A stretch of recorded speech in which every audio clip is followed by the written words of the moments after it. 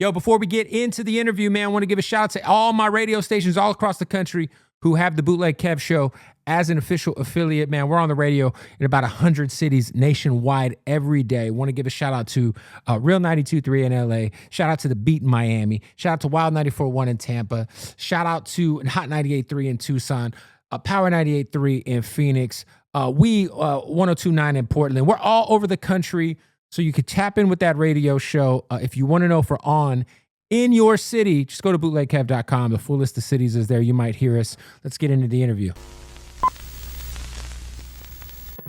Bootleg Kev Show, Bootleg Kev Podcast. We got a special guest here, man. Yes, sir. The legend, Chance. Yo. Chance the rapper. Thanks for having me, man. Yes, sir. I've had your brother up here. Now we got you know. We got both the Bennett boys. The Bennett boys in the building. Your dad was here. My dad came up here? Yeah. Oh, with Taylor? Yes. Okay, I thought you were saying to get interviewed. No. Yeah, interviewed I'm your dad. the worst Bennett. The last Bennett. Anyway, man, I got to give you your props, dude. This new album, Thank you, man. Starline, is, in my opinion, it's my favorite body of work of yours. Thank you, man. Acid Rap. So Thank you, man. I got to ask you this, man, because I do feel like as a fan, I always would in my head, I'm like, yo, I wonder if I would say, like, you know, because your last album came out, and, you know, critically people, How do you talk about it? No, I'm just kidding. But what Go I'm ahead. saying is, I saying. wonder, like, do you get to the point, because as a fan, like, of yours, I always wondered if you had gotten to the point where you started to overthink this shit. Or, like, you know what I'm saying? Like, because this album I always do. I always overthink it. When I was in the 9th grade, I put out a project called This Is How It's Done. That was my first mixtape. I was in a group called Instrumentality, me and my best friend, Justin.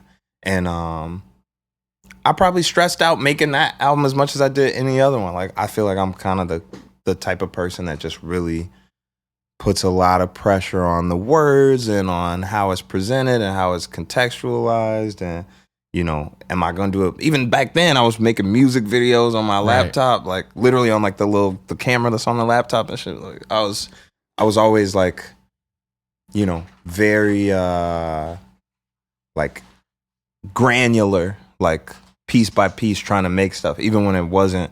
I always felt like the stakes were high. Well, because you do take your time with bodies of work. Like, it's not like this isn't anything new, but this time you took a little bit more time. But you did give us some stuff in between, obviously. I think that was the context. I feel like the songs, like, I saw some fans, like, I be on Reddit. I can't tell you who I am, but I be on Reddit, and in my subreddit, somebody was just putting, you know, kind of talking about some of the songs that came out before, and like how they wish some of them were on the album, but like they also love that it's like their own thing that the whole world doesn't necessarily know about. Right. And songs like Buried Alive, there was another one that I was thinking of that is like really good. Oh, The Lion, like the one I put out about what my dad was saying to me. Like, I think I put it out maybe a week before the album came out. Mm-hmm. Even though they were just like little YouTube snippets or like Instagram things, like they deeply and like profoundly contextualize the album and like kind of like breadcrumb you into it to like what I'm gonna be talking about, how I see myself, you know what I'm saying? Like, I think it was perfect that amount of time lasted, that I could do all those little, you know, kind of parcel out information. And then I was doing my writings on the wall thing where I was having like, you know, like 40 or 50 fans come into a small room, and I set up like this intimate setting where they could, you know, hear the album, but also have like a projector and like lights, audio visual experience. And like doing that over and over again really like refined the album. It reminded me that, like, you know, we're so digital now, you know what I'm saying? We're so like connected via the internet that sometimes we, you know, can make it seem like that's like the real world. And it's like, it is, you know, to a certain extent, some real people on the internet. It's also like that real life connection and like really being, you know, hand to hand and with your fans, even if it is through the internet, is like, that's like a real connection. And I feel like if I didn't have that, I wouldn't even have the base. You know, there's people that weren't tuned in that are loving on the album and they love it, but I feel like some of the people that really are getting it, like the first or second day, they're like, oh, I love all these literary references, or I love all this, you know, whatever it is in the album, those are the people that like kind of was in it the whole time. Yeah, it's interesting too because I feel like obviously it's been 6 years since your last project, but you know, I wonder when you get as famous as you are, and then these like I'll call them these side quest opportunities come up, where you're hosting TV shows or you're doing commercials, or it's almost like then it becomes not only is it a full-time job for you to, you know, create art, right? But it's also now just a job just to be you. Yeah, being a public face. Like just to be Chance the Rapper. Like, okay, what do we got to do today? Is it a hard balance? Because this to be able to really hone in when there's so much other shit going on. Yeah. I think like it's two-sided. One, like I'm a dad. I've been a dad since I was 20. Yeah. So like I have a, you know, certain level of understanding of it as a job. You know what I'm saying? Like, and what makes money is what makes money. You know what I'm saying? And I have the things that I think of as side quests aren't even side quests. They're really like a large part of my purpose, but those things have to be funded too. So I threw a free 52,000 person festival in Ghana, West Africa in 2023. I think I remember seeing that, yeah. That was a part of leading into Starline. That's like a lot of like what Starline is based on. Was Vic on that? It was me and Vic. I remember seeing Vic. Yeah, me and Vic put the festival together. And first of its kind, you know what I'm saying? Like it was really, really a communal and beautiful thing. And I guess you kind of had to be there to understand how deep this thing was.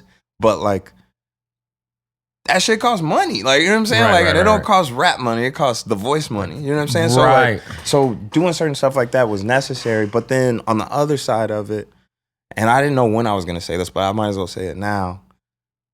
A big part of this album coming out, I'm thankful to Miss Lauryn Hill because she sent me a text. I rap about it in like the first few bars of the intro. She sent me a text one night and like, you know, she's in my life, but we don't talk all the time. She's very busy and like, you know, I'm busy too. And like, but like, I thank her forever. She sent me this text that basically said, hey, I was watching TV and I saw that you're doing a second season of The Voice. And I want you to know that in this industry, you know, sometimes a lot of these opportunities, as important as they are financially, and she was like, you know, she like really was talking to me. She was like, as important as they may be, like, there's nothing more important than your art. There's nothing more important than publishing, which, like, I'm sure a lot of people can understand, like, how deep that is coming from Lauryn Hill. Crazy, right? You know what I'm saying? For sure. And also, like, how, if you know me, you know, like, I place her pretty high in terms of, like, who I think are the greatest artists of all time. Yeah. And so I think that shit really made me cry. I'll just say it, like, it broke me down into tears, because I feel like, if you remember when J. Cole made Let Nas Down, I felt like that was my Let Nas Down moment, where I was just like, damn, like, first of all, I'm humbled that she even thinks that my art is that important, but I'm also like, damn, like, let me prioritize things. And it's not like she told me I couldn't do it or that I shouldn't do it. She was just like, it was kind of like, where's your output? Like, I'm sure she said a lot of really kind things about it, you know, because she's a friend of the show. I'm still trying to do the show. So I'm not saying it in a way where it's like she was bashing it, but she was just passionately telling me, like, you have to shine in your purpose. And I'm sure you're a great coach, and I'm sure that you have your musical output on the show that makes you feel good. But do you have the time to do what you're supposed to do? And so that really, really, like, it put a more of a urgency on, like, getting out what I had to say. Hey, we got to stop the interview to tell you about our good folks, Odd Socks, man. Now, these are the Odd Socks basics, ladies and gentlemen. Now, when I tell you this is a product that every single day I'm alive for the last 5-6 years, I have used are these Odd Socks basics. Now, what Odd Socks is doing is they're kind of reinventing the sock game, if we're being honest, and the underwear game. You know, a lot of times you'll hit Walmart, you'll hit Target, you'll get some socks, you'll get some draws. They're affordable. They end up with holes in them. They don't really feel great. Not Odd Socks, ladies and gentlemen. These Odd Socks basics are the most comfortable socks I've ever had on my feet. Not only that, but they're super affordable. $14.99 for a 6-pack. That's it. Oddsocks.com. And if you don't believe me, sock check, fool. Sock check, fool. Wait, the X is on the other side. There we go. Ah! You see that? Sorry, you had to see those white legs. But it's so dope that, I get to push a product that I use and that I love. So Odd Socks, they got the 6-pack of socks for $14.99 at oddsocks.com. The basics. This is the future of socks, the future of underwear, comfort and affordability. I'm talking about affordability without jeopardizing the quality, because they are the most comfortable socks you'll ever put on your feet, ladies and gents. And the et ceteras. Got to show love to the et ceteras. We like all the stripes on the flag. They're oddsocks.com, man. Much love to my brothers over there. Make sure you get some right now, oddsocks.com. Let's get back to the interview. Talk to me. You mentioned the Ghana Festival, but, it's been so dope. I feel like it's been, 6-7 years now that you and Vic have been back. Super tight. Yeah. Tight again. That was... I was such a big fan of Kids These Days. Yeah. And obviously all your early shit, 10-Day Tape. And I think like you guys, I always think about like the what ifs. Like, man, what if they never would have stopped fucking with each other? But how dope has it been? Because he just put out an incredible body of work that you got to go spend some money on. You know what I'm saying? Which go get Sundiata now.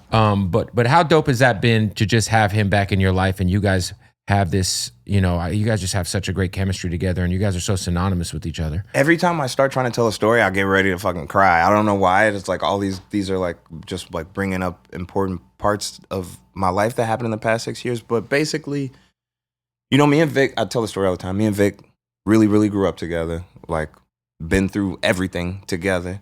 And he put me in position in a lot of ways. Like I would have never ended up on tour with Childish Gambino, which was a big launch point for my career if he hadn't let me. I used to be a roadie for Kids These Days, so I would, help with the drums, help with like certain shit. And then Vic started having me come up and spit this verse during, I think it was a song called Hard Times. And I'm not on the record, but he would just have me come out and spaz do my verse. Yeah. And I got seen by their publicist who also represented Kids These Days. And he was like, well, the roadie's pretty good. You know what I'm saying? You got a mixtape or something? I gave him 10-Day, which wasn't even finished yet, but like a version of it. He showed it to Donald Glover, and Donald Glover asked me to be on tour. So, and that's just one like situation. Like there's so many different things that I probably, if I just sat down and thought about it. Was that the Asher Roth tour? I just know that I saw Asher Roth and Kids These Days live. And this was at South by Southwest. So it was like, they had like probably 6 or 7 shows. I had 3 that all got canceled. But like the peak days of South by when it mattered. South by used to be, that was ground zero for everything. Illmore, the Rap Genius House, you know what I'm saying? Like there's so many stories that came from that. But era. I don't want to get you off the path of. Oh, sorry about me and Vic. Yeah. I don't have to go too deep into it, but we fell out at one point, for a little while, and also that's like I don't even want to characterize it like that because we honestly fell out a million times. Right. You know what I'm saying? Since before we got on, and like that's just life. That's just how it goes. You know what I'm saying? I think we're just such yin and yang, like kindred spirits, though, that like that just was bound to happen. But one of the greatest things that ever happened was I had a vulnerable moment with my dad where he was like, this is in 2021, I think. He was like, yo, we need to put together, a dinner with the people that help build you and that you also help build. There's a lot of people that came out in this era from 2013 to 2017 that, were my friends, childhood friends, or people like that I, grew up with and around, that we all like, because of that era of like Chicago really going up, we all like created, names for ourselves, businesses. And he was like, I want to invite all of those people that are in all these different industries now to come out to dinner and you tell them that you're working on a project. And I was like, all right, for sure. You know what I'm saying? And he was like, who all do you want to be there? And I went through the list of names and he was like, is there anybody else? And I was like, well, also add Joe Freshgoods. And like, well, is there anybody else? I'm like, oh, well, add Brandon Bro. Oh, well, add blah, blah, blah, blah, blah. And I keep adding people. And he was like, who's the person that you're not saying? And I was like, Vic. Because when it comes to, I'm getting emotional again, when it comes to like sitting in the studio and being my best self and wanting to rap as good as I possibly can, it always comes from sitting next to Vic. And we had that dinner, and I'll just be honest, like, now in the past year, everybody that was at that dinner has been activated. Shout out Mary McKean, shout out Brandon Bro, who did the artwork for that album.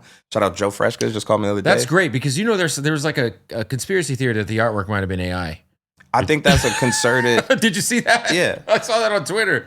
I was like, I know when I saw the artwork, I knew what we were getting. I was like, oh, this is that acid rap coloring book vibe. No, yeah. You know what I'm saying? No, Brandon is like, he's just such a phenomenal artist, man. And like across so many different mediums. And I think after this project, people will tune into his other works. Like he's really raw at what's called augmented reality and a lot of like tech art. Right. But his style is just, it's like you can't mimic it. There's no AI that can make what Brandon does. Brandon paints naturally, like with oils and acrylics and stuff, but he also, all of my cover arts that he's done, he drew with a fucking iPad pencil. For sure. Yeah. You know what I'm saying? That so happens, like as a digital artist, he's just like super incredible. cutting edge. But basically all those people showed up in my life, you know, by, I would say, February of this year, everybody that was at that dinner got activated somehow. That's dope.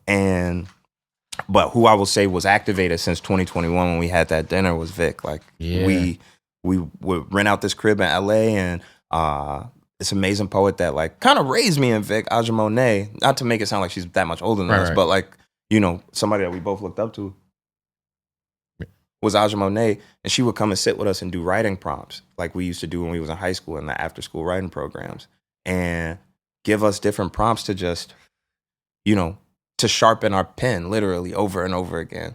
And we made so many songs that I could hear it and I'm like, I'm making screw faces at the verses because I feel like I never heard them before. Right. But like all of that prepared me to make what was Starline. And it was really like a journey that I took with Vic, you know. Shout out to Vic, man. Talk to me. I always say, you know, I forget who we just had on the pod, but we're talking about the blog era, and I'm like, I look at the blog era as the bookend being Chance. I feel like you were the last. Wow, I ain't never heard blog that. era star. That's like fire. You're the last product of the blog era that like really, you know what I'm saying? That's deep. I feel like acid rap kind of was like, it was like, and but that whole entire era, I feel like kind of all came together on this Mac Miller tour. Yeah. So we look back at this Mac Miller tour. It's Mac, it's you, it's Action internet, Bronson, it's Action the Bronson, internet, it's Vince Staples. Vince Staples. I'm forgetting somebody else. It was Schoolboy did a couple of dates. For some reason in my mind, I want to say Donald did some dates, but I know that's not true. It was insane though. Yeah. Action Bronson. Action Bronson, yes. Schoolboy, and one other person came up for a few dates. Meek Mill did a date in Philly. Crazy, like, by the way. If you go and you got to see Mac Miller, Meek Mill, Chance the Rapper, I mean, that's no, that wonderful. tour raised me, yo. Like I went and raised me fast, and I have a whole record that's like not a whole record, but you know I talk about it on the record on the outro. Like the year before that, I went on tour with Donald. Donald is 10 years older than me and very, very like mature and meticulous in his decision making, and his whole tour is his family and friends that he grew up with. Right. And that taught me a lot of the ways to operate smart. But a lot of like the, you know what I'm saying? They wouldn't let me go to the strip club with them. And like, you know, they just were very protective. Like these was like older brothers in a lot of ways, or even like uncles kind of. And they were young too. I was 21, they were 31. So like, wasn't like but they had a different approach to things than when I went on the tour and we're all kids. You know what I'm saying? Max like maybe 2 or 1 year older than me. Right, you know what I'm right. saying, Vince? And so on the album, I say we grew up on tour. Like we were actually child stars and we didn't really realize it. But like, cause we felt like I'm 18, I'm 19, I'm, you know what I'm saying? I'm 20, like whatever it is, like I'm going around and I'm an adult. But like really we were having a lot of like premature experiences and like, you know, exposure to things on a level that like, you know, a lot of people don't get to see till they're older or never get to see at all. And I always really, really value that tour and the experiences that I had and the friendships that was made, because it really, really took me a lot of places. Like 10 Day came out and that, you know, that did something for me, especially in Chicago, and it put me on tour. I remember, you know who put me on a 10 day before I saw it on any blogs? What was fucking Freddie Gibbs' old DJ's name from DJ Chicago? Ozone. No. Oh, I'm not Ozone. Sorry. Shot. Ozone is my other homie. Damn, shot. now I'm fucked up. You know what I'm talking about though? Yeah, I don't want to. Izzo. DJ Izzo, my bad. Izzo. He's like, yo, Kev, you'll like this. And that shit, man, That was the first time I came to LA. I stayed at Izzo's crib. Izzo and Chuck English. When you said blog era, I had to say like Cool Kids, man. The Cool Kids was also like they're kind of before blog era a little. Like I to think me like that was 08. blog era. When I think of blog era, I think of like Two Dope Boys, of course, Not Right. I think of Fake Shore Drive. I think of Ill Roots. Yep. I think of like a lot of spaces that I was trying to get onto because I was seeing that the Cool Kids and you know what I'm saying. I really want to say it, so I don't want to fuck up. Dom Kennedy. What was Knowledge's group from Chicago? Kids in the Hall. Yeah, like all of that stuff was happening while I'm in high school, and we're all thirsty to go to streetwear stores where they're all playing this music and having niggas mixtapes on the counter so you could come in and buy one. And I wanted to be a part of that. This is when I'm 16, 17 years old. So like, I mean, I remember meeting the Cool Kids at a Wendy's, meeting specific Chuck English when I was a kid. You probably don't even remember this, but as a child, leaving Leaders. By the way, thanks to them they brought snapbacks back, period. That's just a fact. Man, they brought rap back, man. Like, the Cool Kids is one of the most important hip-hop groups, period. Facts. And I think, like, so much of, like, style, retrofuturism, like, being yourself, like, being, like, all of that shit came from them, from Chuck and Mikey, and I actually got introduced. I invented my Ad-Lib. This is a story that I never get to tell. I'm so glad you brought up Mac and you brought up all this stuff. Yeah, I never get to tell the story. The way that my Ad-Lib, that came from a session where I was supposed to be with Chuck. Chuck brought me to the studio. I'm standing in the booth. This is like my first time like in a real studio in LA. I've been in studios in Chicago, but like I feel, you know, a lot of weight on it. And while I'm recording, Mac Miller came into the control room, and I was getting ready to start my rap. It's the first song on 10 Days. It's called 14 400 Minutes. And I'm trying to like charge up, and I'm going, like, I don't know, nervous tick. I got ADHD. I'm a special kid. Yeah, I'm just like doing, and I'm like, all right, I'm ready. Started over. And Mac told somebody to tell me through the intercom to keep that shit at the beginning. And like, I don't even know why I forget that or why I never told that story, but like, I thank Chuck for like bringing me to the studio and letting me be this little brother nigga that's just like following him around with no name at that time. Right. And also like, you know, Mac for interjecting and being like, that shit hot. You know what I'm saying? Like little moments like that. Like, and then I ended up working with all of them and touring with all of them and like, and growing up like in spaces with them. Hey, don't forget to go to bootlegkev.com. You know, we had to celebrate the 2-year anniversary of the most viral interview of all time. Throw the shirt up so you could see it. I turned it down. Shout out to that boy, Big Boogie, a big college in Jacksonville. And we just threw these on sale. Half off for the 500 episode tee. Bootlegkev.com. Go get you a shirt. Let's get back to the interview. Do you go back ever and just press play on Acid Rap? It's such a perfect body of work, and it's such a timepiece. I appreciate it, man. I honestly don't listen to it that much. My music, I listen to the most while I'm making it, and maybe like in a few weeks after it comes out. At a certain point, I'll be thinking a lot about things I wanted to change or all types of shit like that. I just feel like, it's like however many years later, let's throw on Acid Rap. Let me just remember where the fuck I was then. You know what I'm saying? Like, that's what music does for people, and I think for me as the person that made it, I have so many more memories attached to it than other people do. So it's a lot. It's probably a heavier task for you to like you said, you might get emotional. You know what I'm saying? Like, I think when I made Acid Rap, like I was still figuring out who I was. I always look at Acid Rap as a project of questions, and Coloring Book, like, you know, I thought I had found the answers. And I think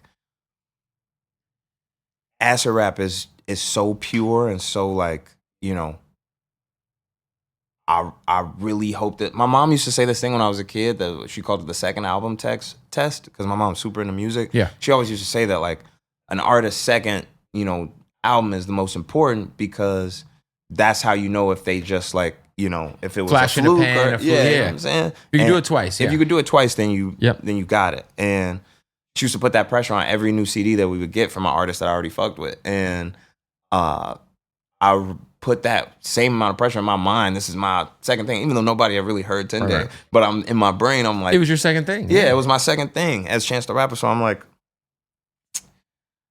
I think like it's really a kid that's like hungry to be this specific thing, this specific, different, quirky, gospel inspired, well worded album or mixtape at the time. And it accomplishes all of those things. But it's like,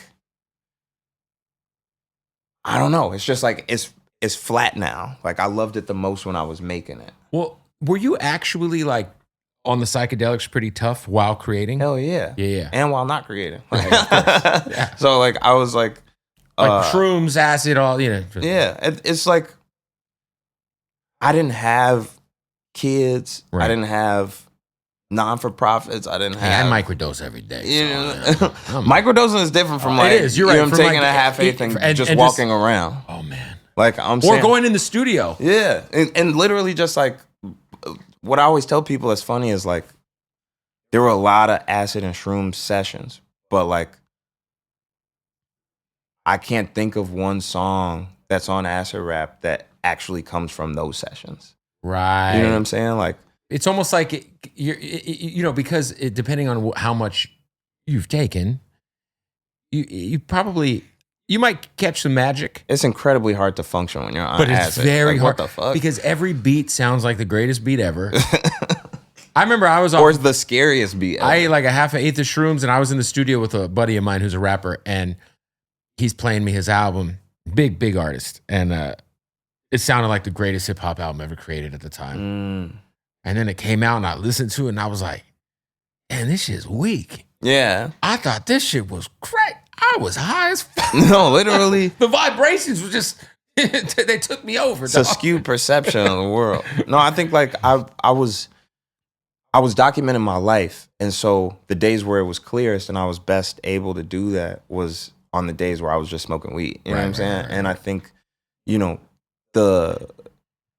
the experience of like living through an album is like how I create. Like I have to live my life and then look at it and then kind of judge it and then kind of put a theme or thesis to it. And then I create a bunch of different pieces, typically from thinking of a title or a topic first, and then just writing to that over different beats and different things. Tell me, so I want to jump to the new album a little bit. There's some crazy joints on here. Conceptually, this Letters record is a lot, man. Yo, thank you, man. That's so funny. I was gonna say like that's the one that almost didn't make it, and it's not because I was saying anything controversial, but it was because I was like, this one's scaring the hoes for sure. I'm like, it's later on in the album, but it's definitely, I feel like for people who haven't heard the record, it's each letter is a letter to a different church in a different perspective. Yeah. So it's like, but it's a lot, dog. Like when you're writing that record, like.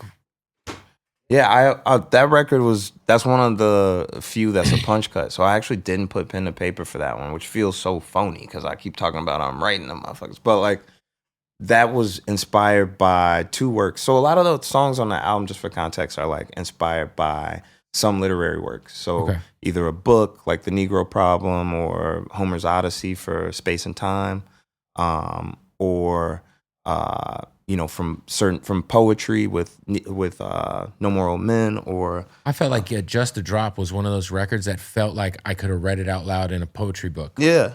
I forget how I wrote that in Atlanta. I don't know why. That's one of the like records that came back out of nowhere. That one and Ride towards the end of the sequence in the project, I was like, you know what, we need Ride on there. You know what, we need Just Drop on there. But like for a while, both of those and a few other ones were not on the record. And even though I made them a while ago, but Letters, you were saying you're punching in the lines. Yeah, I'm just but it's inspired by two books.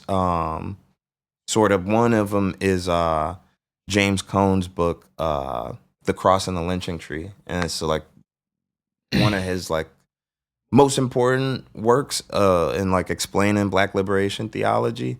But when I was reading that, I was getting super radicalized for Christ and for my people, and like so I I was like, I need to format this at some point.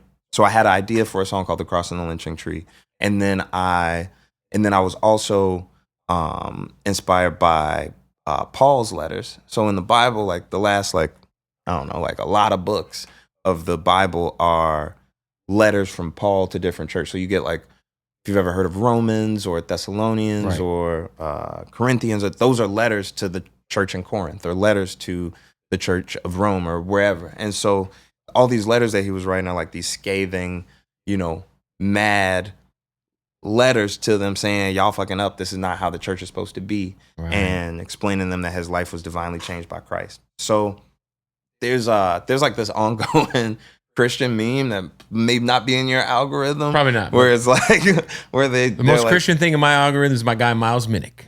Shout out to him. Miles, yeah, man. Yeah. It's just a joke that imagine the letter that the church would get from Paul today. That felt like that nails the perspective of the record. That's where it comes from. So the first verse is to my church that I grew up in. The second verse is to the mega churches. Yeah. Yeah. Third verse is to the black church, which exists in it. And, you know what I'm saying? And then the fourth one is to the body, which is, not to get too deep into theology, but the church is considered the body or the bride of Christ. And Christ is the head, and the body is all of us. So to be church doesn't mean to be brick and mortar or to represent necessarily certain principles. It's just the existence of us and the connection of us working together is what makes up Christ's body. And so, like, I added that last verse at the very, very end because it used to just be 3 mean ass letters. And my pastor was like, I sent it to him a while ago, and he was like, you got to talk about the good that's happening in the church, which I obviously didn't still, but right. I wanted to, like, at least not even sympathize, but empathize with the body because I am the body too. Are you nervous sending that to your pastor? I think I was nervous, and I was hoping that he was going to be like, oh, it's all good. And then he was like, it's not all good. So there was a long time where I was like, I said partially that I didn't want to do it because I felt like the song be scaring the hoes, but also I was not doing it because I was like, I don't want to persecute Jesus. I low-key just watched a whole sermon on Sunday that was like, talking about how when Saul meets Christ on the road to Damascus, he asked him, why do you persecute me? Which is saying that, like, by Saul, murdering and hunting down and persecuting Christians, he was ultimately, by attacking the body, he was attacking the head. Right. And so I still have feelings about it, but I published the work. I stood on it. I think it's great. Time. And I think at the end of the day, like, I'm not a super religious guy, but I do think that, like, a lot of people who aren't super religious will see, the mega church shit. We think of Joel Osteen not letting people in during the hurricane in Houston. Yeah. And we're like, wait a minute. And a lot of these mega preachers are MAGA as fuck. Yeah, 100%. And it's like, I don't know. I just feel like, religion, I feel like, as you know, I mean, I think that's what I thought it was dope because it should be, at least in my opinion, and I'm not the person to look for, but it should be like a direct relationship. You know what I'm saying? Like, 100%. And it's not about, where you go, because a lot of people who are preaching, a lot of these places are, ran by humans, and all humans are imperfect. You know what I'm saying? 100%. And the church is not God. You know what I'm saying? Right. The church is us. So we should be a reflection of God, and we should be, we should be giving, the shelter and things that we have to those in need. And we should be, the song is really, really blessed. And so I want to, like, also even take a step back. Like, I'm not at all ashamed of the work. It's so good, man. Yeah. When I listened to it, I was like, yo, this is some shit. This is great. And what I really want people aren't doing concepts anymore. I'm like, this was a joy. Like, I felt each verse building up. Like, I was like, okay. No, thank you, man. Yeah, I feel like I was very intentional about, like, really seeing concepts through. This is a lofty album, and it's a lot that I'm trying to achieve and address and attack at the same time, and being who I am or however people might see me without, like, knowing what this music is. It makes it, like, just a lot to do. And so I was really, really careful about my words and what I wanted to say, because I don't want to under address or overlook anything. Can you tell me, you send letters to your preacher? Do you send Speed of Light to Common? I should have. That it's so crazy, that record. It didn't used to have the Bobby Caldwell. I'm sorry, not Bobby Caldwell. Am I right? Bobby Caldwell? Why do I feel like I'm messing that up right now? I don't know who. Yeah, who Bobby Caldwell. Caldwell. Sorry, Bobby Caldwell is the dude that sings that sample. The OG sample. The OG sample. Mm-hmm. And one of my favorite songs, There Are Times, of course, when you need someone. Mm-hmm. That song has always been in my life, and all of the samples throughout the album are, to me, a parts of my makeup and a lot of people shared, musical genetic makeup that like helps tell this story and helps like be the bed or foundation for these messages. And when I was making that song, it didn't have that sample in it. Like for a long, long time, the person who brought that sample to the song was BJ the Chicago Kid. Shout out to BJ, man. That's my dog. Like, hey man, he was on acid. I think he was on Acid Rap twice too. Yeah. No, that's like really like a. He's on this album twice. No, I mean he's a fucking legend. Yeah. He's coming to the Blue Note. They just opened a Blue Note cafe here, and he's coming next month. I gotta come see that. Yeah, actually, he's incredible. No, he's like such an underrated artist, man. That's another person. We were just talking about the blog era. Like I remember like begging to be in his music video one time. He shot a video with him and GLC. I was probably 15 at the time at the Leader store. Shot the GLC. You know what I'm saying? I have Chicago has a very like rich musical, like, for sure, like everything. 100%. And so it's like being around certain people just through getting to see them. Like I watch them ascend. Like I get to learn so much from them. And then BJ being in my space, he's always bringing like, a certain, no pun intended, light to the session and a certain like spirit of an adventure of being like, oh, what if we do this? Like I would never come to somebody's session. I'm not saying that like he did anything wrong. He actually changed the song for the best. For the better, yeah. But I would never come to somebody's session and be, singing vocals, like background vocals on it and then be like, you should put a sample on that joint. Like what? Nobody says that, but he's like, he's a genius and he really like translated the song. I just had the At the Speed of Light, and then I didn't know what to do for the hook. And he was like, you should put Bobby Caldwell on there. Fire. But I also like remember the day I was in Jamaica. I spent a lot of the time making this in different parts of the world. Where in Jamaica were you at? I was in Kingston. I spent a lot of time in Kingston making this album. And shout out to everybody. You know what I'm saying? I love Jamaica. Man, Jamaica is beautiful, and specifically Kingston is beautiful, and that's not where people typically vacation to. Yeah, they usually go to Montego Bay or Negril. On the north or east side of or west side of the island, but Kingston is where all the culture, the history, the music, where Bob Marley's house is. Yeah, radical thought. It's a lot of that is there. And I was driving. I was actually with Popcon, and he rode with us. So the first day that I brought my friends down there, we stopped in Montego Bay, and then we drove down to the other side of the island. We went down there, Popcon, and all of his homies. We rode in basically a motorcade of 30 vehicles and ATVs from one side of the island to the other. And once we got to Kingston, that's when I was got to really experience what would become the next 4 trips that we took down there. Was Kingston is where all of the history and everything is. Can you bring me those over here? We got some albums? Yeah, some hard copies. And some Let's hard go. Copies of my album. Yeah, we've been hand to hand in these joints. We got to pop up. I've really been out the trunk with these Can I have joints. one? Yeah. Can you have one? Can you buy one? I'll buy one. Yeah, of course. I'll Cash App. Come on. Man. Ooh, there we go. See, I like support physical the media, arts. Please. Physical media for man. You were talking about Chicago earlier. I mean, dude, kicking the album off track 2 with Do or Dies. Yeah. By the way, they just did a new video to Do You.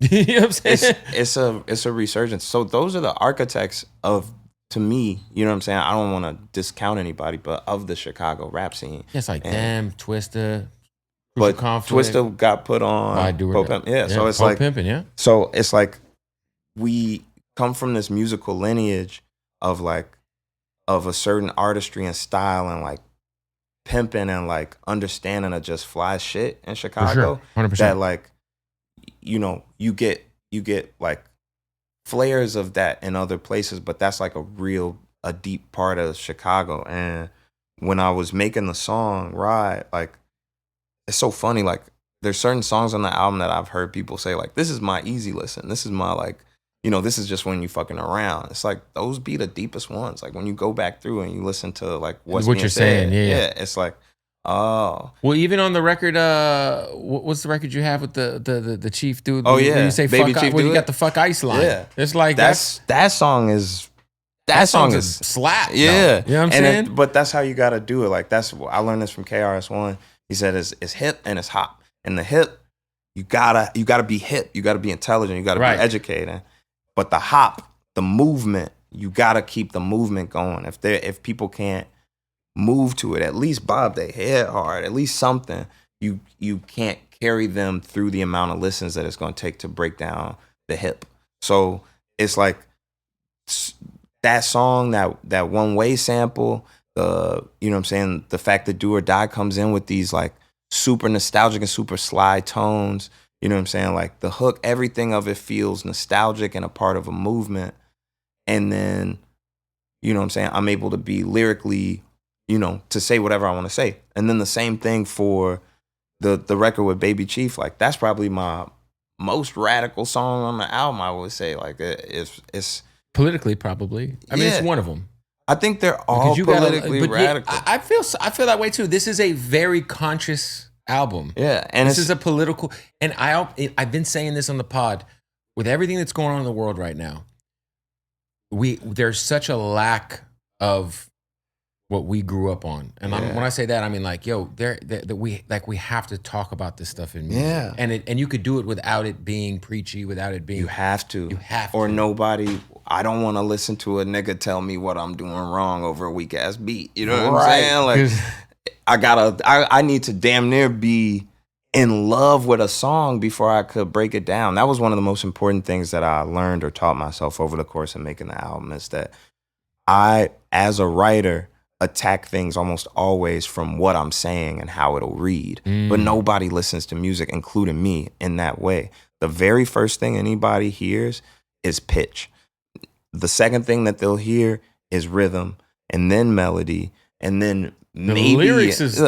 But even when you hear the lyrics, it still takes like, a long time to understand and break down lyrics. You know what I'm saying? So like, I have to focus so much on the drum, because that's a communicator too. And I gotta focus a lot on the bass or the synth bass or whatever. So I got way more involved in production and arranging and in like, really formatting the songs in a way that's like gonna make it feel good the first time I hear it, and the third time I hear it, and the 100th time I heard it. Yo, I am maybe in a minority here, but I actually enjoyed The Big Day. I did too, funny enough. I had just gotten married in 2018, and I actually really I thought it was a fun album. Yeah. I liked it. It is a fun album.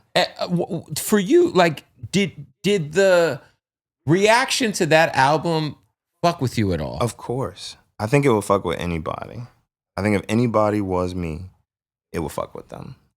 But I think like what really saved me in a lot of ways was like finding other creative outputs. So like film became like a thing that I got really, really deep into. So I kind of like, one thing I learned from Dave Chappelle, who, is my most important mentor in my adult life. Wow. Yeah, like he's been there for everything and like really like loves me. You know what I'm saying? Like, and I love him too. And I love his whole family. And one of the most important things he taught me, like this is maybe like a week or two after The Big Day came out, or maybe this is like the next month. And I was like going through it, and I came to Ohio to do this show with him, and I was asking him about like how he went through certain things and like what his advice was. And he gave me a bunch of good advice. But one of the things that he was saying, I'm about to butcher it, but like he made this metaphor about being on the basketball court and, you know what I'm saying, everybody's using your ball. And then, they start dissing the way that you play or the way that you want to set the rules, but it's your ball. So sometimes you got to just take your ball and go home. You know what I'm saying? They might find another ball, but it's not going to be your ball. It's not going to be you. So when you're ready, you come back to the court and you set the playing field, and when they figure out the need, you show up as your exact same self with no concessions. And like I really took that to heart, and I started, just like creating in my own space and learning about, and I had a whole lot of things to figure out too. Like a lot of things was going against me at that time, but like the thing that really, I really dove deep into and that brought me back to music was watching, film essays and learning about how to use a camera and how to, learning specifically direction and cinematography. And that made me shoot the video for The Heart and the Tongue, which gave me my visual language, like putting the text on the screen, just contextualizing how I want to be seen. Imagine like everybody else is memifying and trying to define, and it's not everybody too. I want you to look up dead internet theory. Okay. I don't even need to get into it right now, but a lot of the things that you see on the internet are not individuals living real lives. And a lot of the people that you see doing certain things have been programmed through what they're seeing consistently to have an opinion, right? So when you're in a position where like there's so much media telling your story inaccurately and depicting you a certain way, you get this like very heavy feeling of like, I need to be in control of how I'm seen, or at least that's how I felt. And, yeah, like you want to control your own narrative. Yeah, and just like as an artist, I think I'm beautiful. Right. You By know the what way, I'm I think you kicked off that Pretty record. That like, and this year's Too Yeah. Damn Fine award. No, it's like I had to like remind myself who I am, and with that time that I spent focusing on how to really frame myself up in a video and how I wanted to be seen, and thinking about myself more as a narrator than the star, making my words the star, and focusing on every video. You gotta see what I'm saying so no one can misinterpret me, misquote me, or misunderstand me. And now you got 17 of those. Like, what do you do with that? You already know, man. Want to give a shout out to Slap Woods for presenting the podcast. Only papers I smoke, man. Only leafs that we let fly around here on the Bootleg Kept podcast. We just did a crazy pool party with them too. That was insane out here in LA. So shout out to Slap Woods. When I tell you, man, quality, they smoke so good, and they're called Slap Woods because they slap. I know that's like their tagline, but it's also the truth. All right, so look, go follow them at Slap Woods. Make sure you hit their website, and if you're at your local smoke shop, if you're at your local store and you need some papers, get you some Slap Woods. I think pretty soon we are going to do this pretty soon. I want to do a giveaway with some Slap Woods stuff. So be on the lookout for that. We'll be announcing it on the podcast. We're going to be sending out, obviously you got to be of age, sending out a good box of these goodies. Ooh, the sweet banana cigar wraps are fire. Slap Woods, man. Make sure you go show them some love. Slapwoods.com. Follow them on Instagram at Slap Woods. Let's get back to the podcast. Outside of, being a, pioneer the blog era, when it comes to what we consider independent music and some of these like deals that were coming up, obviously your run with Coloring Book and you did like a first of its at the time. This is a new thing because you did the deal with Apple, right? Yeah.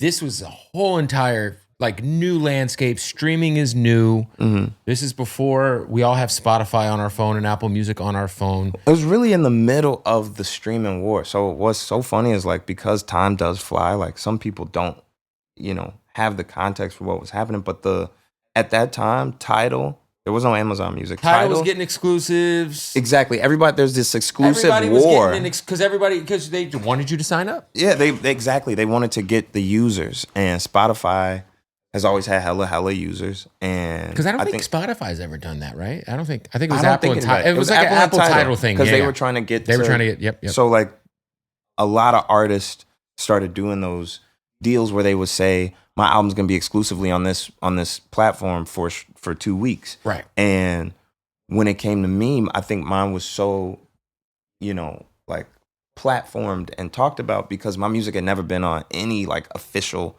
platform before. It was always on DatPiff, SoundCloud, YouTube. Of course. And so it was like you know, this is an independent artist that's going direct to fans, that's getting like, you know, basically the company that makes all of our phones is promoting this artist who's anti-record label. So now it's like, you know, I feel like I took a hit from people like making it seem like they built my album or built my infrastructure or built because that's the thing is like I remember the narrative. It's not really independent, and I'm like, yo, like it's pretty crazy to think like you've never not been independent. Yeah, my entire time. It's been scary. It's pretty wild though, because what you've done that's very smart is people who don't understand like you will hire somebody to do what a major label does. Yeah. You outsource the work. Yeah. But you're keeping all your masters, you keep all the money, but you're taking all the risk. Yeah. But I think that's how it's supposed to naturally work. That's how it works up until you get in the system. And it was so weird because people that get signed have done what I've done to get signed. They had a manager or they had a publicist or they had an assistant or they had something that, you know, even if it's just your friends and your family, like, they put on a show or put out a song to the point that they got noticed, not even first by a label, but by fans. Because labels don't sign niggas that no one's ever heard of. Not anymore. That's in the movies. I'm telling you. Yeah, maybe in the 1960s. No, in the 90s, you could take a demo tape and impress somebody. And hey, but now it don't matter how good the music is. You know what the label's going to do when they get that demo tape? They're going to say, we want to see the show. Yeah. Because the label wants the people. They want to see hard ticket sales. They want to see people invested. It's not. They do not care about your talent. Hard ticket sales are all that matter because they know that they could. Okay, well, if this guy can do 500 fans in his hometown, we could scale this. And that's like the key to understanding it is like if you can get a team around you that can help you organize into like exactly the spaces that you choose, then you can continuously like, you know, build your fan base. I started out in libraries and putting on my own shows at Reggie's Rock Club in Chicago. It's like 400 person cap venue. But I go to all these schools after school with my dad and my friends and save money and be selling tickets hand to hand or passing out CDs. And that built a fan base. And so when Keith blew up, MTV did this thing. I think it was called My Block Chicago. I remember that with Sway. Yeah. Sway was going around doing all of My Blocks. Yep. So that I don't even think I'm featured in the fucking episode, which used to blow me. But like, I was lucky enough that like that's the most Chicago thing you said today. What'd I say? But you said it used to blow you. Oh yeah, my fault. I'm getting too comfortable. That's some Chicago shit though. Yeah, but I think it was like a thing where that created like a wave or like a new level of interest. Everything that Keith was doing, and then the MTV special where a lot of people started looking at Chicago, and that like put me in a position where I started like flying out to New York and LA to go take label meetings. And when the labels would come, they'd be like, okay, we want to see your show. We want to go to see your SOB show. We want to see your blah, blah, blah, blah, blah. And I had the people, and that's what kept the interest. Like, obviously I have a skill, but like, does it sell? Does it do this? And so I think like the point that I was making originally was just like everybody is independent till they're not. And I know enough people and seen enough movies to know that usually when you're not is you seem to have the same troubles, if not more. Was there ever a point in like what was the closest you had gotten to signing? Or was it ever like, yeah, I'm sure you considered it. Yeah. I've told the story before that I almost signed. Doesn't matter to who, but I almost signed in a New York office. Like, was it to a rapper's label or was it to no? It was to like an imprint of a major label, but not ran by an artist. Got it.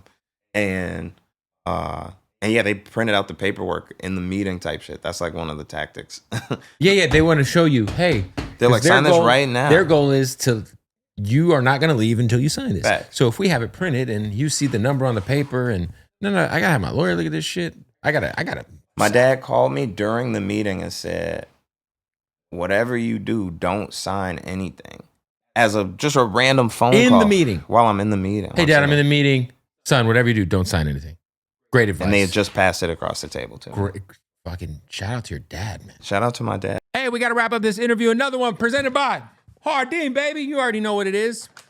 Shout out to Hardin for presenting another episode of the Bootleg Kev podcast. Don't forget, when you're in Vegas, you get in that taxi, you get in that Uber, say, take me to Hardin, the #1 cannabis dispensary in the world. Premium selection of the craziest gas you could ever ask for. And then they break down what all the terps mean. It's incredible. Go to Hardin_Las Vegas, shoot them a follow. And when you're in Las Vegas, make sure you shoot them a visit. Hey, want to give a shout out to our newest sponsor. You know, I don't like to vape unless it is pure solventless rosin. Want to give a shout out to RokinCannabis.com. Go give them a follow. It's nothing but that good gas. Check them out at your local dispensary, RokinCannabis.com. Salute to them. Let's get back to the interview. Yo, how cool are you with Barry, with Barack? I feel like me and your dad were talking about Barack a little off camera when he was here with your brother. Like, are you like, can you text Barack Obama? I don't know that I have Barack Obama's number. I don't think I even have his number. Have you shot hoops with him? Nah, I never shot hoops with him. I've been to the White House a couple of times. My dad used to work for him in the White House and at the Senate level. Yeah, like I don't like know him where I like talk to him on holidays and stuff. But I've met him. Yeah, White House is sick. Yeah, super sick. Do you feel like? Because I do think I don't want to get into politics too much, but I do feel like, right now we're in this crazy space, and I'm glad that you acknowledge what's going on with ICE. Because it's obviously hit a lot of communities all over the country. Chicago's got a big Latino population. Yeah. LA right here. But for you, man, could you ever see yourself going in that direction, like on an official capacity? No. I was just saying this yesterday. Like, I think the prestige and facade of honor that was originally attributed to being a public servant is like kind of gone. And I think I have a better understanding now that to be, in certain offices makes you a part of the system in a way that like is kind of unavoidable unless you want to get JFK'd. No, you see, bro. Yes, that is a fact. I don't know if that was too radical to say. No, I don't mean it in a disrespectful way, but I'm just saying. JFK was talking about getting rid of certain organizations. Mm-hmm. He was calling out certain countries, and then he died. You know what I'm Mysteriously. So I think like no, you're right about that. It's like because we'll see. And I'm not afraid of death in that way that like my words or my actions are less important than my immediate safety most of the time. But I think there's an understanding that I have now that you participate in a global community that's tied to capitalism and the death of brown and poor people across the world. Man. That is unavoidable almost. And so some of the strongest people in our nation right now are just people with pens and papers and microphones. Yes, because they influence culture. Right? And they push the revolution forward. This is the thing I'll say. It's like, when we see everything that's been going on in the world, it's like, for better or worse, it seems as if like our politicians they're forced to react to the people at certain points in time. Mm-hmm. And when I think about what's going on with like in Gaza right now, if it wasn't for the internet, if it wasn't for like Sean King early on, like a lot of this stuff we wouldn't have seen. And now you see people and they cannot not face it anymore. Yeah. And they still, to a certain extent, act like their hands are tied. The heroes in this, you know how many journalists have been killed in Gaza? Everyone from Al Jazeera is dead. You know what I'm saying? Yeah. And so to be somebody with a microphone or a pen or paper, and to be a documentarian in this era is like something of great responsibility and of great, great risk. And you can end up giving your body to the movement by just trying to give your blessed gift to the movement. And so I champion the journalists and the writers and the people that speak out in this time so much more than any politician. 100%. And I think like the people are motivated by people telling the truth and being, voices for the voiceless. And it makes them feel like they have a power too. And I think we're naturally inclined to want leaders and politicians. I think anybody can and might have a good heart going into it. But yeah, like your intent's good, and then when you get into the system, you're like, oh, yeah.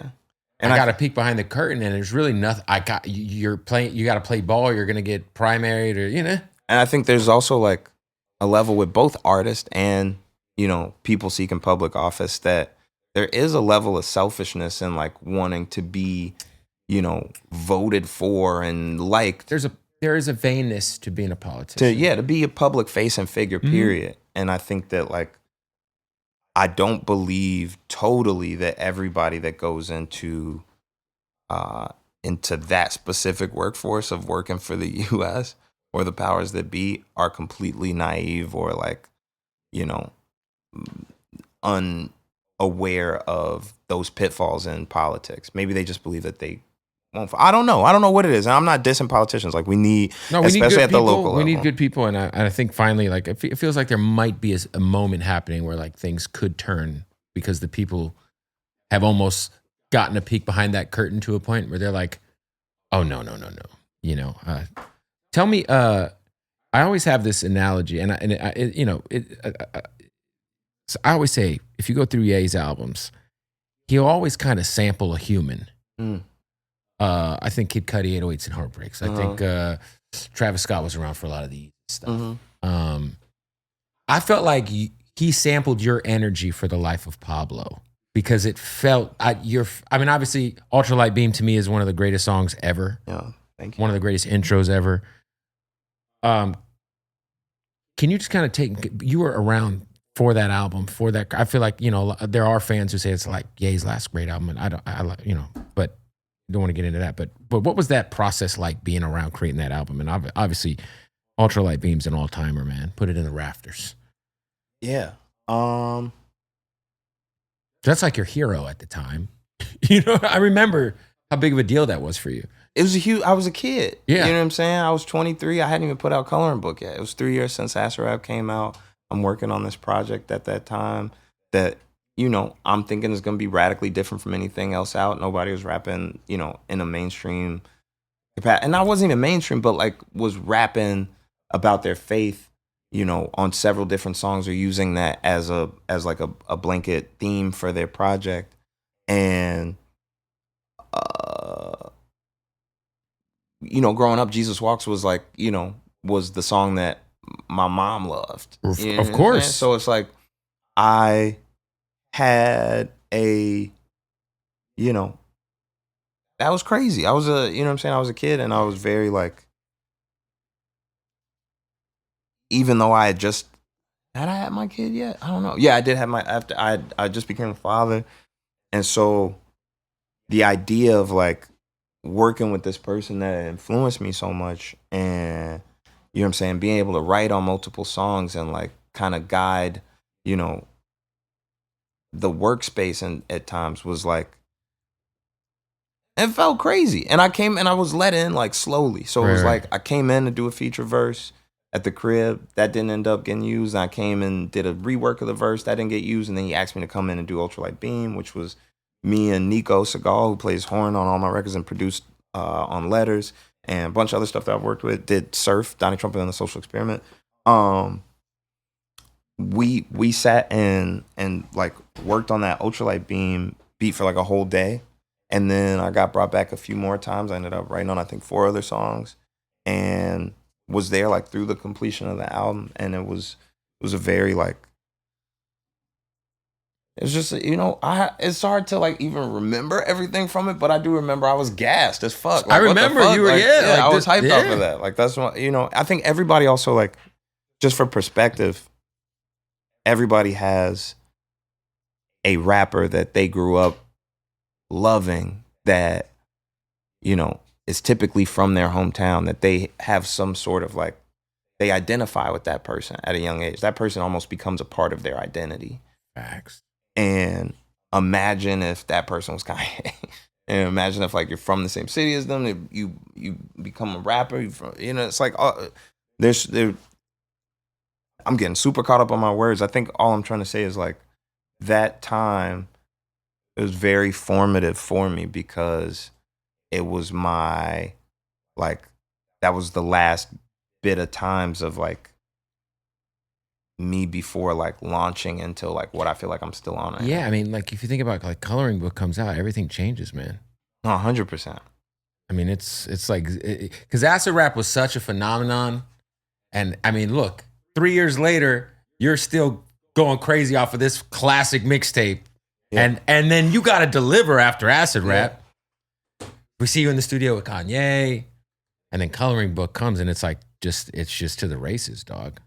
It's so funny though, like when I think about it, like everybody has different, I guess, perspectives or when they got introduced to music and how it was introduced to them. So maybe you got it from the internet, maybe not my songs, but maybe you heard it in the club, maybe you like, you know what I'm saying, heard it on the radio or a friend put you on. And depending on how you get delivered that music, I think that influences greatly how you think about it and how you think the world thinks about it. So something might be, you might consider something underground or like yours if you don't think everybody knows about it. Or you might think it's super, super popular if you see it in other spaces. And what's funny is I see people sometimes, I don't want to say romanticize, but like they think about Coloring Book or acid rap as being like universally hailed when it dropped. And just me being me. Acid rap was initially like some if you know, you know shit. And You know what I'm then saying? it It rolled on. It rolled Yeah. on. A big thanks to Mac Miller taking me on tour. And you know what I'm saying? Like a lot of different things that all-time happened during tour. that time. Second most highest I've ever been in my life was watching that show in Phoenix, Arizona. You guys are at the Celebrity Theater and the fucking stage is in the center. Spinning! Oh my fucking God. You just unlocked some shit for Action me. Bronson, I dabbed for the first time in my life was backstage. there. You were there. I was there with you. I was high as a giraffe's private parts. Imagine me. my I was boy. like 19 or 20 years I was old. dabbed the fuck out, and Mac had the band going. Yeah. That shit was sick. Yeah, Oh the my internet God. used to play with Mac on that Yes. tour. You're bringing back so many different Jesus. That memories tour, lost like, to the dabs. Man, that's an all-time great tour. Like, we got to look No, back and by be like, far. yo. What What, I think acid rap and Coloring Book both came out, and when they came out, because I have access to my Twitter, I was watching people have negative reactions to it in real time. And with Coloring Book, it was like, damn, this nigga rapping about church. Obviously, over time, like everybody was like, this is phenomenal. This is the best rap album of the year, and this is all this stuff. But it's almost like probably your OG fans were like, yo, that's what happened. he switched up. But when I did acid rap, they was like, I thought we was rapping about suspension. Nigga, you talking about acid and LSD. Like, what type of shit is this? Right. So it's always going to be like an initial reaction of people. They say comparison is the thief of joy. 100%. So like when you... Pocket watching is a thief of joy too. 100%. Jesus. So if you have like a context for what you're listening to, you can, as the artist, you can decide like how you contextualize a project. And I think what I was blessed enough to do was like, I really, I went for a long journey and I tried the best that I could to keep my fans with some, preview or taste of what it is that I make. You know what I'm saying? Like, and how I'm making music as I grow. And I think that like that helped a lot with how people experienced it, at least the people that have been tuned in for the last few years. Can you share a Mac Miller story that we haven't heard yet? Because you guys, man, Max, I got him on a mural outside. He's an all-timer to me. I think he was a kind guy too. I have so many stories about Mac. Two that come to mind immediately. One of them, I remember we were at Reggie's Rock Club. I was just bringing this up before. This is like the hip hop club that you aspire to play at in Chicago. It's really a rock club, but like this is where like local rap shows were. This is when I was still in high school. Vic got a gig opening up for Mac as local support at this show. And I came with Vic and a few of my other friends, and we were backstage and we were freestyling. We used to just always like be beatboxing, freestyling shit. And we were standing on the side of the stage, and some people came over and told us that we had to get the fuck out of there because Mac Miller was coming. And when Mac came up, he was like, y'all tripping, like they good. He damn near freestyle with us. Like I don't want to add too much sauce to the story, Right. but I definitely remember he stopped us from getting kicked out.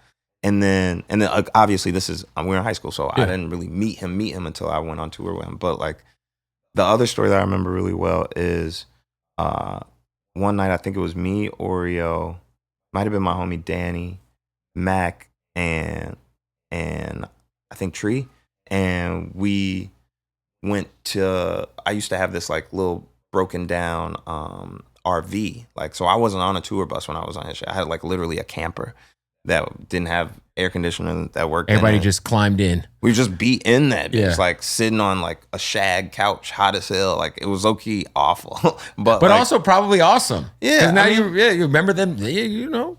But I remember one night we basically took the bus out just like without his security or anybody else, and we drove to a Wendy's and watched a fight happen in front of us, like in the car between two cars that was in front of us, and we're just kind of like I say in the song, like we were just kids, like literally, you know. And shout out to the mixtape kids, that was very formative for me. But like we were children, just kind of like learning a lot of lessons without our parents there, and becoming breadwinners and becoming men and becoming like superstars, but also like living it in the real now. Like every day you wake up and you're in a new city and you got to do a meet and greet with 100 fans, and you got to go to the radio station, and you got to, you know, find some time to get high, and you got to find some time to meet some girls, and you got to find some time to like rehearse whatever like freestyle that you want to add, or like, you know, whatever it is, you know what I'm saying? Like it's just like we were going and growing at the same time. And I look back at that time and just, I'm really proud of all of us as kids, and, you know, what we were dealt and how we dealt with it. Who is in your personal blog era Mount Rushmore? Mac, Chance, Cool Kids. You can't put yourself. That's cheating. How's it going to be Mount Rushmore? You built the fucking mountain. You can't fucking put yourself. Don't cheat. Well, just being honest, Mount Rushmore is sacred Indian land. So Okay. Mount Rushmore is fucked up as just like a concept anyway. Listen, let's not dive too much into it. Okay. We don't need the My top 5, excluding me, blog era. I got to go Cool Kids. I got to go Mac Miller. Do you consider Cudi blog era, or is he too big? You know what? A kid named Cudi was blog era. Yeah. 10 Deep presents. Okay, Kid Cudi. Yeah. Okay. If I could say Kid Cudi, then I could say Big Sean. Yeah, of course. Okay, Big Sean. And then my 5th spot, I'm gonna give to Wiz. Of course. Yeah. Cushion orange juice. That's a hard 5 right there. That's a crazy starting 5. It's 6 niggas, so like you can't lose. That's great. What you know, when you listen to this album, man, there's so many emotions that are brought up through the project. Sonically, you I feel like you take this album in so many different places.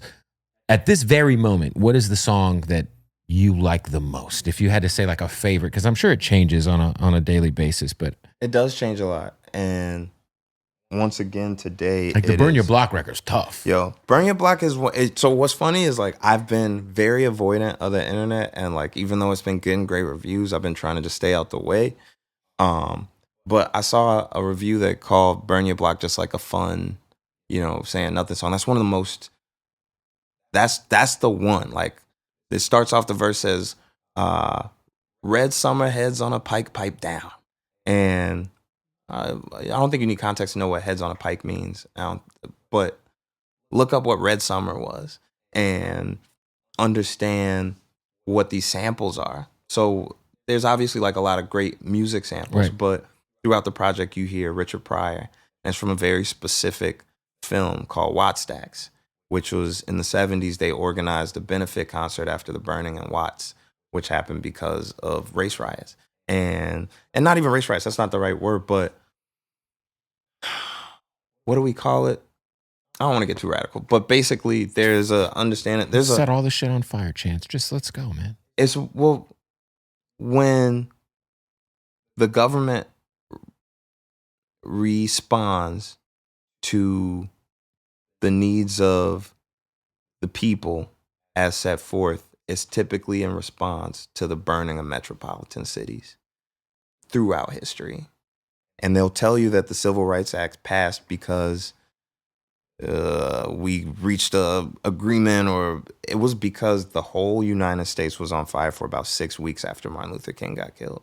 And there's a lot of different times in this country where the whole United States was on fire. And after that, you got legislation. And not to say that legislation is the end goal or even changes anything, but just saying that response comes from that. And that song and that sample throughout the album is all from Richard Pryor speaking to his people on various subjects, but on the backdrop of, you know, coming back from our neighborhoods burning. And I think that song, and again, those samples really, really contextualize the album in a way that I can't even say with my own words. And I'm so blessed that we got to use those. The intro ends with Richard Pryor's introduction to the movie. And he says, you know, for 6 or 7 hours, you know, thousands of black people. Well, the first thing he says is, everybody's got something to say, but not everybody is heard.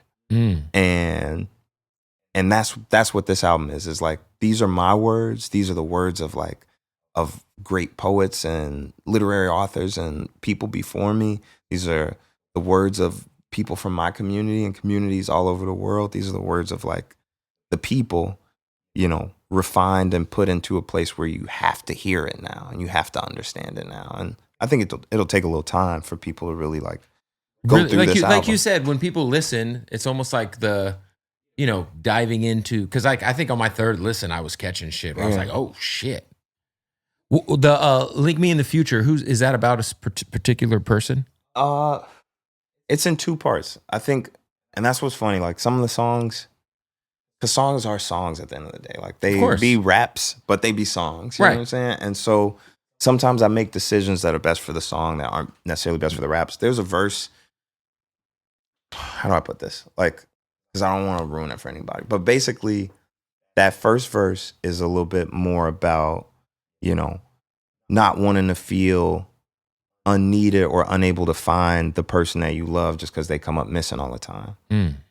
The second verse is way deeper.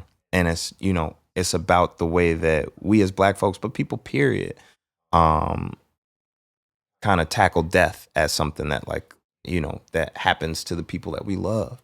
And it's some of my best writing on that album. But it really examines that, because one of the things that I noticed, that's where that song came from, or at least that second verse came from, was R.I.P. Lil Dan's, one of my friends, passed away in the past 2 years.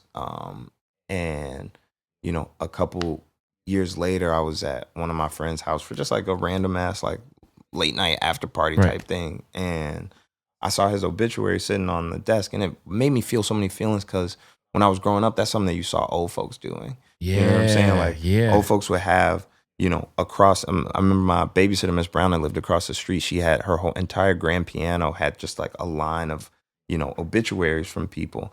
And the way that we mourn and the way that we keep people with us is just fascinating to me. And the idea of love being everlasting or you know, transcending dimensions beyond life and death is something that I really had to deal with the passing of my auntie, with the passing of my cousin. Like I lost a lot of people in the past 6 years.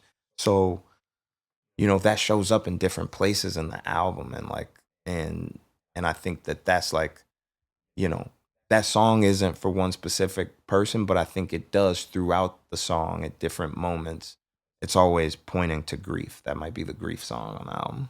That makes sense. That's what I kind of got from it. So I didn't know if it was like a, you know, obviously real life situation. Or not, but do you, because obviously I don't want to get too much into your personal life because you've talked about it a lot, but we talked about kind of like how, you know, Kanye at a certain point in time gets wrapped up as to who your identity is. Yeah. But I'm a married man. I have kids. I feel like the idea of being married and being a husband, it also kind of becomes a part of your identity. 100%. It should. But what I'm saying is like once that ends, right? Yeah. You know, is it a hard adjustment to kind of just, I don't know if it's being fulfilled. I don't know if it's, you know, do you? It's a hard adjustment, just like living a different life in terms of like living together and not living together is crazy. But also I was, touring, not touring, but I was, traveling a lot. I was doing a lot of other things that like kept me from being present anyway. So I also think of like my life as cumulative as opposed to like separated and parceled out into different eras. Like, we think of artists. Sometimes we do think of our lives as eras, though. Yeah. But I think of it as like each thing is just a step, and I'm carrying something up this flight that like sometimes more things get added on. Sometimes I leave some things behind, but I'm still like, I'm going up, and I'm the same person that did all the things that I did on each one of these steps from my life, but I'm just on a different stair at this moment. And so it's like it's not like a part of my identity got taken away by going from not being a husband to being a husband and not being a husband. It's more like, I've had all these different seasons of my relationship with my kid's mother. Right. And they're all incredibly important. And some of them have, heartbreaking moments or regrettable moments or, but also some of the greatest joys in my life. You know what I'm saying? Right. Forever, it's always going to be like, I couldn't do this with anyone else. Like my life is perfect. Right. So like, I'm grateful for all of those things, but also this is just the next step. It's not like I took a step down or anything. I'm getting the rap signal from Sylvan Marshall, Troy Marshall's son. But before I let you go, are we gonna have to wait 6 years for a new?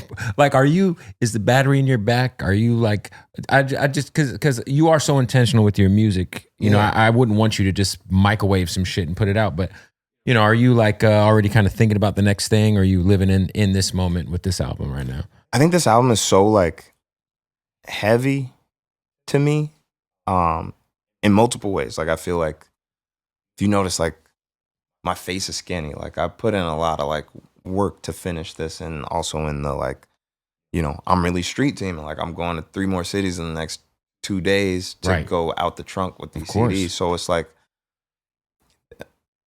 for one, it's heavy in that I don't want to just like continue to be on this cycle of, what I'm saying? I need some time with my kids. I need some time to relax. But then also like, it's heavy in terms of like what all the things that I think can be pulled out of this album. And so I want to do a lot with this to further people's layering and understanding of it. I want to do gallery shows. I want to do my writings on the wall thing again, because there's so much music that is Starline that's not necessarily on this CD that I want to, intimately,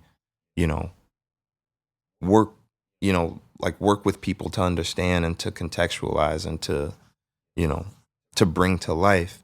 And then I also like feel like there's like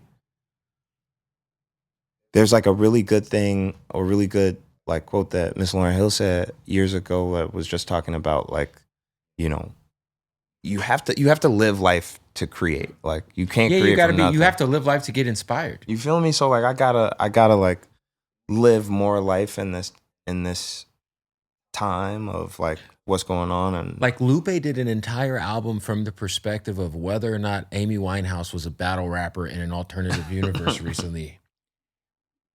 I can't imagine. I didn't even hear about that. That sounds so ill. You didn't know that? No. The last Lupe album, it's from the perspective of if Amy Winehouse was a battle rapper.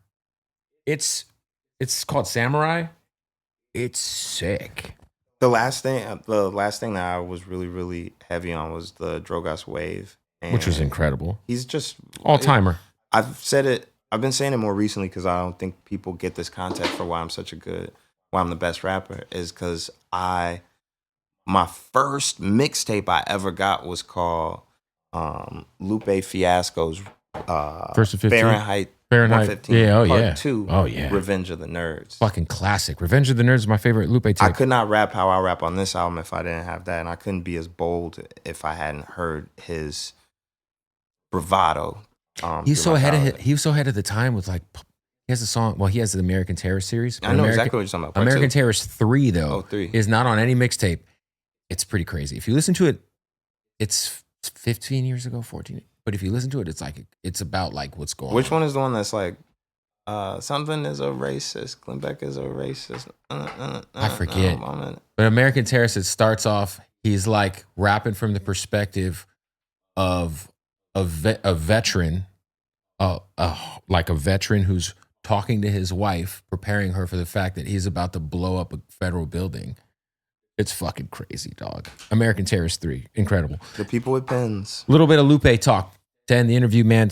Look, the album is out. It is incredible, man. Thank you, man. Thank you for this. Get it straight from my website, chancestuff.com. Yeah, go buy it. I'm sure vinyl's out. No vinyls. Vinyl's coming? I don't know, man. Please do the vinyls, man. Vinyl is such a like complicated thing that people don't really understand. They're also like hard to sustain because they can melt and warp. They have, it's a long process. I think people just want vinyl so that they seem cool. I'm gonna be honest, like, yes, but you're right. That's what I'm saying. You think I just want to collect my vinyls? You have CDJs. No. What people want to do is they want to support you, by buying what they feel like. This is $8. Buy this from me. They'd rather spend $100 and buy the splatter vinyl off of you. I'm just giving you the game. Facts. It's 100% facts. I want something that people can use, and then they're gonna be like, look at this art. I got this record. It's like, yeah, I'm a really big Chance fan. Like, how often do you play this vinyl? You're an independent artist. I'm not telling you how to run your business, sir. It's also extremely expensive to make vinyl. And you'll sell them all out. Okay. You're leaving money on the table. I might do a vinyl eventually. I think right now, what I'm really focused on is being able to like go to somebody and that say, likes hey, me. I got the album. I got it right here. You know what I'm saying? $8. Love it. And meeting the people where they are. Get the album on the website, chancerapper.com? chancestuff.com. This is actually my stuff. I actually paid for these to get made and everything. Okay. So go to chancestuff.com. Yeah. Chance the Rapper. Thank you, man. I appreciate you. We did it. My dog. Yes, sir. Yes, sir.